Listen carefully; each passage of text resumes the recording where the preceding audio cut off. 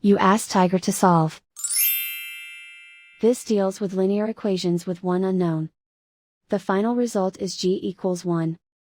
Let's solve it step by step. Group all g terms on the left side of the equation.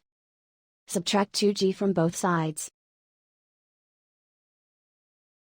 Group like terms. Simplify the arithmetic. Group like terms.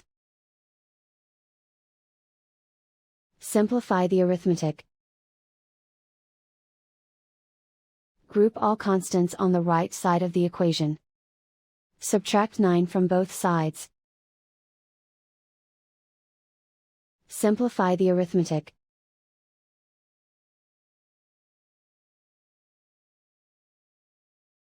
Isolate the g. Divide both sides by 3. Simplify the fraction.